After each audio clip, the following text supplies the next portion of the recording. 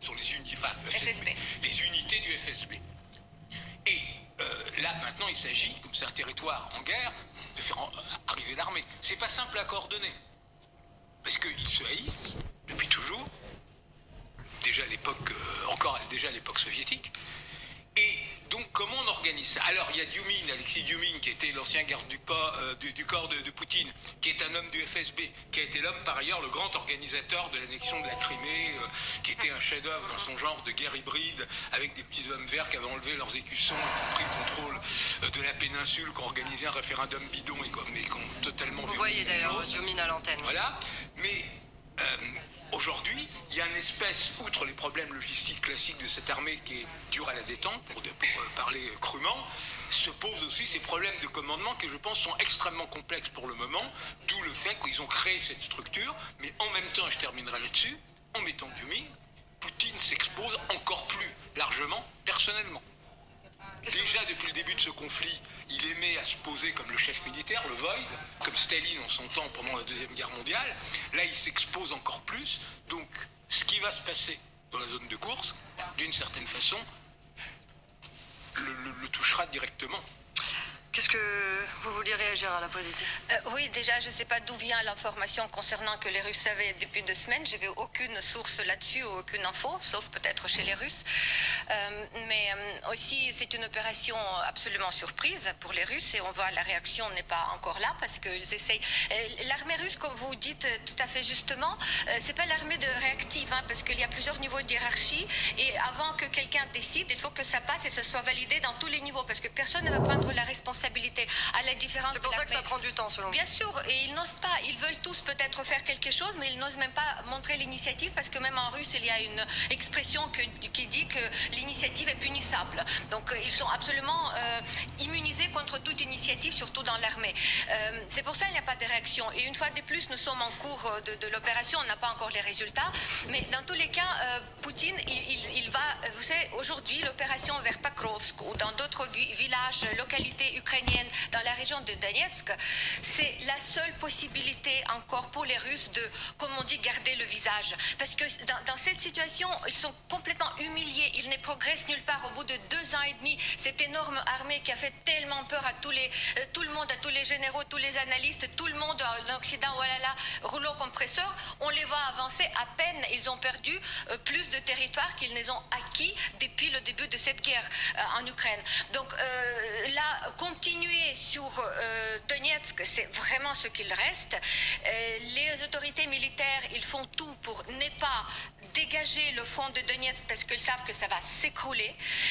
Ils cherchent les miettes des militaires, des hommes qui peuvent prendre les armes en main sur tout le territoire russe. Ils ont déjà dégagé les militaires russes esclaves de Kaliningrad, ça vient de Mourmansk.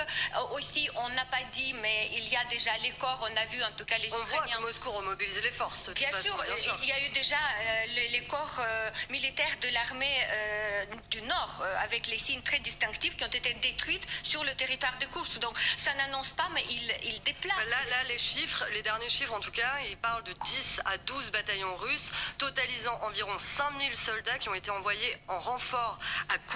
On voit bien donc que Moscou remobilise ses forces. Je vous propose juste, avant de continuer à réagir, d'écouter le ministre de la Défense russe qui dit justement qu'il veut allouer encore plus de forces. Écoutez-le. Il s'agit principalement d'accroître l'efficacité du système de commandement et de contrôle des troupes, en coopération avec d'autres agences de sécurité et l'administration de la région de Belgorod, d'identifier les responsables et d'allouer les forces et les moyens supplémentaires qui seront envoyés pour accomplir les tâches principales. Vice-amiral Michel Olagaret, est-ce que vous pouvez nous en dire plus justement ce que ça représente d'allouer ces forces? On vient d'entendre le ministre de la Défense. Je sais d'abord que le ministre de la Défense a dit qu'il fallait réorganiser la défense, réorganiser en particulier le commandement, parce que j'ai dit tout à l'heure que les forces armées russes n'étaient pas réputées pour leur réactivité. Il faut bien voir aussi que l'organisation de la défense, en particulier dans ces zones qui sont hors de l'opération spéciale, est quelque chose d'absolument invraisemblable. Il a fallu nommer M. Dioumine comme coordinateur, mais on a aussi nommé un colonel général comme coordinateur. Donc il y a 2 coordinateurs dans la région, tellement il y a de strates, et comme disait Mme Pollier, effectivement, on comprend pourquoi les décisions sont difficiles à prendre.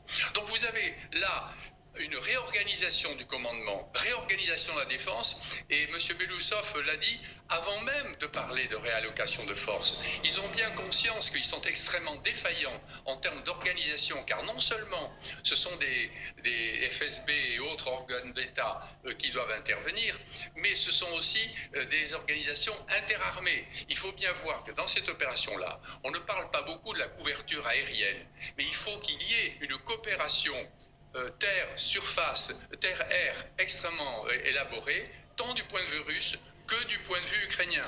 On n'en parle pas beaucoup, mais il est vraisemblable que le cœur du résultat de cette opération ukrainienne réside dans la possibilité ou non de ces forces de pouvoir intervenir avec non seulement le soutien de l'artillerie, mais aussi le soutien de l'armée aérienne. Donc il y a quelque chose d'assez extraordinaire à remettre en état du point de vue russe, qui va bien au-delà de l'allocation des forces, qui va bien évidemment arriver petit à petit, car il y a des réserves. Mais enfin maintenant, nous sommes devant 2 adversaires qui sont arc-boutés avec leurs faiblesses, avec leurs arcs-boutants qui s'effondrent petit à petit, la très grande difficulté de recruter en Russie, mais la très grande difficulté de recruter aussi en Ukraine. Là, nous ne sommes pas loin d'un point de rupture, nous ne savons pas lequel. Les Ukrainiens ont décidé d'appuyer à un certain moment pour voir si, par hasard, ça n'allait pas rompre du côté russe. C'est ce que nous allons voir dans les semaines qui viennent. Jean de Glignassi, est-ce que vous pensez que ça peut rompre du côté russe, justement? C'est très difficile d'avoir un jugement. Moi, je crois que pour l'instant, l'opération ukrainienne est un succès total. Hein. C'est-à-dire succès en termes d'image. On est beaucoup dans l'image aussi. Beaucoup, bien sûr. Dynamisme des troupes, image vis-à-vis des Occidentaux. Vous voyez ce qu'on fait des armes données. Image vis-à-vis des Russes en disant, vous voyez ce que vous coûte la guerre, hein, c'est sur votre territoire maintenant. Donc tout ça est très positif, hein, pour les Ukrainiens. Simplement, je ne peux pas m'empêcher de penser qu'il y a quelque part un théâtre d'ombre. Parce que on sait que les capacités ukrainiennes d'occuper durablement ce territoire sont assez faibles en fait. Hein. Il y a quelques brigades, malgré la nomination en fanfare d'un commandant régional. Donc les Russes, ils attendent peut-être tout simplement que les lignes de logistique s'allongent. Ils ont fait ça pendant la Deuxième Guerre mondiale pour essayer de couper la pointe de diamant des brigades ukrainiennes du reste de l'approvisionnement. Ça, ils l'ont fait régulièrement et semble-t-il d'ailleurs, ils le font en ce moment. Et le véritable enjeu, quand je dis théâtre d'ombre, c'est effectivement Pokrovsk. Alors Pokrovsk, c'est un hub, c'est très important pour les Russes. Leurs performances sont assez faibles, en effet, jusqu'à présent, mais je pense que militairement, il y a un point au moins où l'offensive ukrainienne n'a pas porté ses fruits, c'est que ça n'a pas affaibli la pression russe sur Pokrovsk. Et finalement, on peut se poser la question de savoir si la percée vers Kursk, c'est pas un peu une victoire à la Pyrrhus, en dehors des questions d'image, des éléments très positifs qui sont apportés, mais sur le plan militaire, j'ai des doutes. Vous hésitez. Dernier point, je ne pense pas que l'armée russe soit dans l'état apocalyptique qu'a décrit Madame Poyeda. Madame Poyedi. Poyedi, pardon. Oui. Et je pense qu'ils ont encore de la ressource et qu'ils ont probablement plus de ressources que les Ukrainiens. Il y a des questions de déficit de conscrits, de main-d'œuvre. Alors pourquoi ils n'agissent pas là tout de suite? Vous pensez que c'est carrément une stratégie? C'est une vraie question. Moi, je crois les Russes sont assez. Honnêtement, ils s'en foutent qu'il y ait 200 000 réfugiés qui partent. S'il s'agit de gagner du temps, on gagne du temps au détriment des citoyens. L'essentiel, c'est Pokrovsk. Et donc, je crois que pour eux, le déplacement déplacement des populations, c'est un inconvénient mineur qui peut devenir majeur parce que ça peut décourager, démobiliser quand ils arrivent à Moscou, etc. Mais c'est un risque qu'ils prennent en gardant la priorité sur Pokrovsk. Denis Strelkov, vous pensez aussi que cette priorité, c'est Pokrovsk? Oui, ce qu'on vient de dire, je pense que sur la ville de Pokrovsk, pour l'instant, la Russie est prête à juste se séparer de certains territoires pour avancer plus dans le front de Donbass. Je veux un peu revenir en arrière sur, vous vouliez apporter une précision. Sur les renseignements militaires que la Russie ait eu pendant avant l'attaque. Oui, effectivement, c'était Bloomberg qui l'a dit, Madame Poidi. Donc oui, effectivement, donc les sources. Donc il y a deux sources de Bloomberg qui l'affirment. Puis donc il y a aussi cette affirmation que Vladimir Poutine, lui, n'était pas au courant de l'attaque. Parce que, en fait, ce qu'il faut comprendre, c'est que nous, ici, en France, ou même juste les journalistes qui suivent l'information sur le terrain, on n'a pas du tout le même accès aux informations que le commandement russe, que Vladimir Poutine. En fait, le président russe, et ça on le sait depuis toujours, lui, il prend de l'information de ses proches, il prend de l'information des différents fichiers qu'on lui prépare sur différents médias.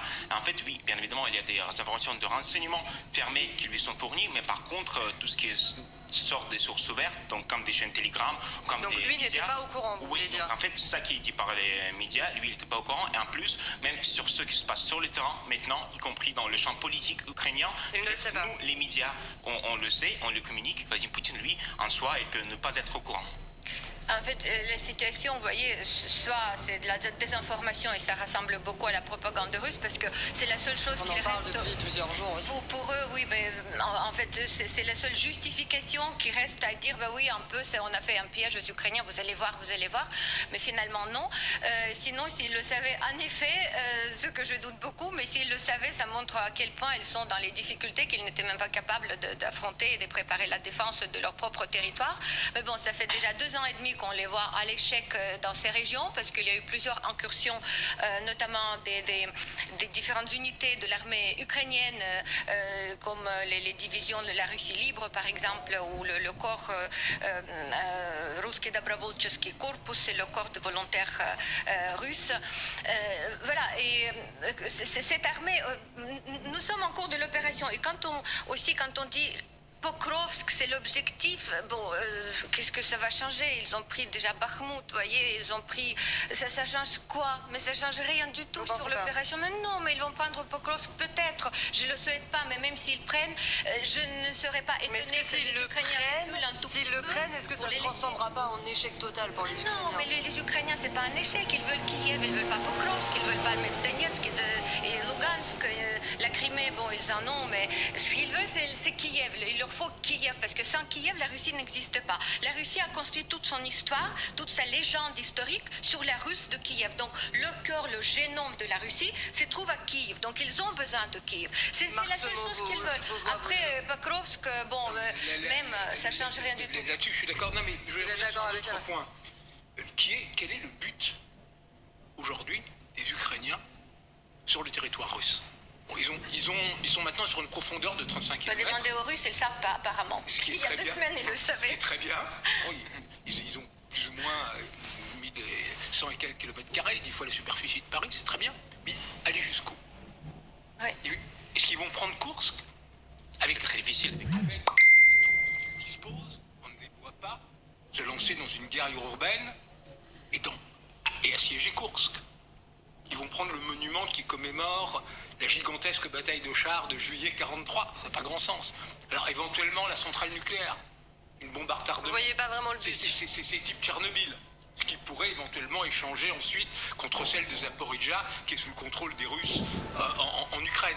Mais ce qu'on ne voit pas pour le moment, et ce qui peut être un piège pour les Ukrainiens, à moins qu'effectivement, comme le disait très bien Ala, il n'y a que les Ukrainiens, ceux qui ont mené cette opération, qui en connaissent les buts. Mais la question qu'on peut se poser de l'extérieur, c'est où ça va? C'est-à-dire, une fois que vous avez remporté cette énorme victoire d'image, que vous avez fait cet affront à la Russie, puissance nucléaire, etc., dont le territoire est envahi, une fois que vous avez montré aux Occidentaux que vous faites du bon... Peut-être que c'est juste pour montrer qu'ils sont aussi capables d'avoir cette fierté alors, aussi. Raisonnablement, on peut imaginer, Et il y a un certain nombre de signes, ils ont fait venir du matériel, des grues, des bulldozers, etc., qui vont s'enterrer pour construire des lignes de défense et voilà, garder un bout de territoire russe. Et ça va être une guerre d'attrition comme il y a dans l'Est de l'Ukraine. Mais sinon, on ne voit pas très bien quels peuvent être au niveau stratégique. Au niveau politique, c'est évident, mais au niveau stratégique, les buts de cette... Il y a beaucoup de possibilités, il y a beaucoup de possibilités de développement de cette opération qui sont absolument spectaculaires. Et même le Times, il a écrit aussi que, en fait, personne n'était au courant, en tout cas en Occident, de cette opération. Et les Ukrainiens ont prévu plusieurs différents types d'opérations et ils n'ont pas laissé tomber les autres qu'ils ont prévus encore. Il y a eu déjà les avancements sur la région de Belgorod aujourd'hui ce matin de la part des Ukrainiens. Il y a la station nucléaire quand même qui nourrit tout le sud de la Russie et il ne faut pas oublier que les Ukrainiens, même s'ils ne vont pas bombarder ou essayer d'exploser la station nucléaire, ça ne viendra jamais à l'esprit. Les Ukrainiens, ils ne sont pas aussi fous comme les Russes qui prolifèrent les menaces en permanence à ce sujet. Mais par contre, priver par exemple tout le sud de la Russie de l'électricité, ça peut être une bonne chose. Vous voyez, ça se ressentira tout de suite sur la population qui portera, ça c'est pas les centaines de milliers, c'est des dizaines de milliers, de millions de personnes qui sont dans la région du sud très peuplée. Donc vous voyez ça, ou même peut-être passer par derrière de toute cette ligne d'avancement de Donetsk. On va demander juste l'avis au vice-amiral Michel Olagaret. Vous pensez quoi de cette stratégie? Marc Semo disait qu'on ne savait pas vraiment ce qu'il y allait avoir dans cette incursion de course, quelle allait être la suite, surtout quel était le but. Qu'est-ce que vous en pensez, vous? Est-ce qu'il y a une réelle stratégie? Écoutez, comme M. Guignassi, je pense qu'il y a peu de chances que les forces ukrainiennes puissent s'incruster dans ce territoire-là. Le succès, c'est le mouvement qui a été un succès. Donc il faudrait peut-être qu'il persiste dans le mouvement. Et moi, je vois une solution, c'est qu'il se rabatte sur Belgorod. Parce que couper l'alimentation de Belgorod par le nord ou attaquer directement à Belgorod, ce qui me paraît un peu difficile parce que Belgorod est sûrement très défendu, cela ferait peser effectivement une menace importante sur l'approvisionnement de toutes les troupes russes du Donbass.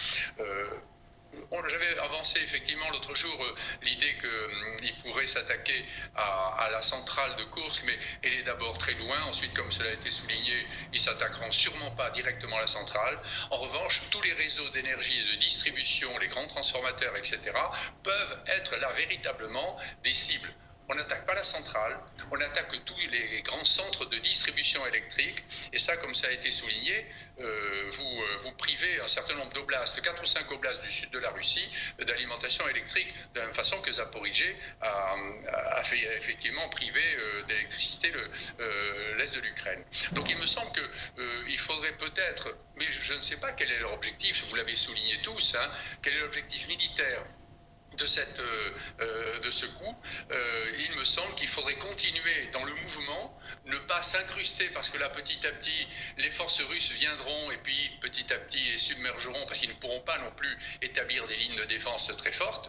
Il me semble que la guerre de mouvement devrait les amener vers Belgorod pour couper. Alors là véritablement ça aurait un intérêt tactique important que de couper l'alimentation ou de faire peser des menaces sur l'alimentation du nord du Donetsk.